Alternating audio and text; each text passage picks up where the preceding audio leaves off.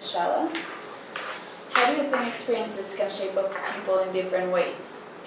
I think that experiences shape much of who we are, actually, because every experience that we have gives you new perspective about how you're doing things, and it gives you perspective of how people are reacting to that, and so it kind of helps you to modify how you're behaving, what you're looking at according to each step.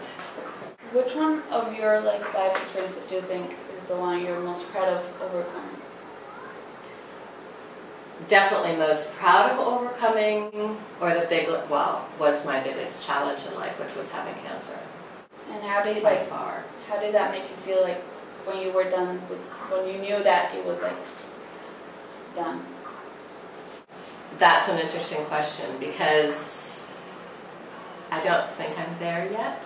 I do not approach treatment for cancer as, okay, I've celebrated my 5 years now, it's over forever and I'll never have to worry about it. I'm a little bit more of a realistic person than that, I think. But I feel very satisfied with the way that I was able to work through the process physically, emotionally, with my family. I developed as a person just at amazing rates while I was sick because I had to grieve for my own life and the disappearance of sort of this immortality thing. You never think something like this will happen to you, right? So I had to grieve through that, but became a stronger person. And I'm able to be more compassionate and be able to work other people through that. And that to me is a gift that comes out of being ill. If you can look at a situation like this, right, that is so traumatic for yourself, that is so painful for yourself, if you can see what good is coming out of it, then it, instead of a punishment, it becomes a gift, and it turns it around.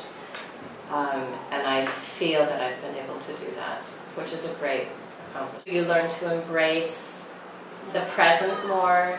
You tend to use your time more wisely. There are some things I wanted to do in my life, I want to do them now. Because our reality is we don't know, if that will be the case. Nobody knows that. It's just that it's more real to us. Yeah, in your PhD. Yeah. And I enjoyed my doctorate, which, when I got cancer, that went out of the picture completely. You had to change. Several years later, I heard about the doctorate and I was terrified. I didn't know, honestly, Deborah, I didn't know if I would live long enough. And that's a horrible feeling to have. I was still, it wasn't that I was in danger of dying, it was because I was still working through the fear of that. So I knew I had to take care of that. I took care of that, and automatically I felt ready to continue my studies, which is a goal I've had my whole life. Yeah, and maybe that, having that fear, and then overcoming that, also pushed you. And it can be done. Yeah. I think I have, somehow, somewhere, I have a lot of inner strength. I push that, and I really try to be honest about what are my fears, what am I doing to overcome them, what are my goals. And did you ever imagine that in your entire life you would go through something so traumatic and such an event? Never. It kind of pushes you, And that's why I went back to Germany too. I kept saying, when Sebastian's grown up, then I'll have time, I'll go back. When you're a mother, that kind of happens to you. You focus all your energies in your child. You assume it's about 20 years about. You do. You forget about yourself. And so I knew that I needed to go back to Europe. I needed to look at those relationships that are there and to renew them. Yeah. And so it was now I'm going. And throughout having breast cancer and being a mother and being part of being also a teacher and being in Mexico, how did all that sum up to you? You love your child to death and you're so afraid for them. It's hard to let them go and be sure that you're doing things right. You don't know if you're doing things right. You don't know how they'll end up. When I was sick, I think it was one of the biggest issues that I had was, what about my son? He was 5 years old. What's going to happen if just Well, what take would happen decisions, to right? him? Right. Am I going to die? Will he have to grow up alone? Can he handle the pain that I'm going through? Do I need to hide my pain from him? I decided not to. We decided both, Salgado and I, that we would share with him. And so it became a family thing that we went through. And he was young. Now he's starting to ask questions about it many years later. He asked, could you have died? He asked me the other day, could you have died from that? And I said, if I had waited too long, I might have. But I didn't, did I? You know, and so those are conversations now that I can have. Yeah, and including your family into those life experiences, like, gives you more support, right? Like, having everybody involved. Like, if you have hidden that from Sebastian, maybe that would have had a different effect on you. It would have on me, because I would have been more lonely. And more worried about Yes. finding out that you were sick and things like that. And I also believe strongly that he would have sensed something. And that throughout the process, did you ever lose hope? Like, were you anytime, like, it's very common that sometimes people, at one moment they're like, I don't know if I can like, get through this. Yeah. Every once in a while, I think those were just moments for me.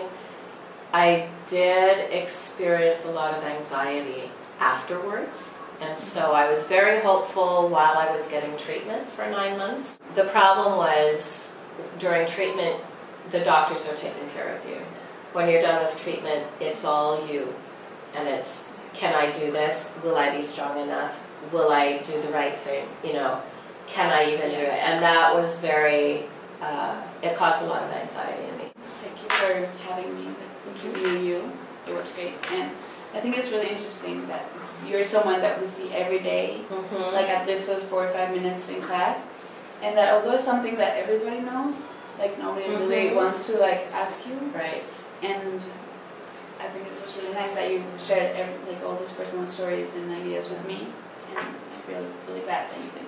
Good. It's important for me because I think it's a teaching tool, and it's, you know, every one of you already have the experience of somebody in your family with cancer.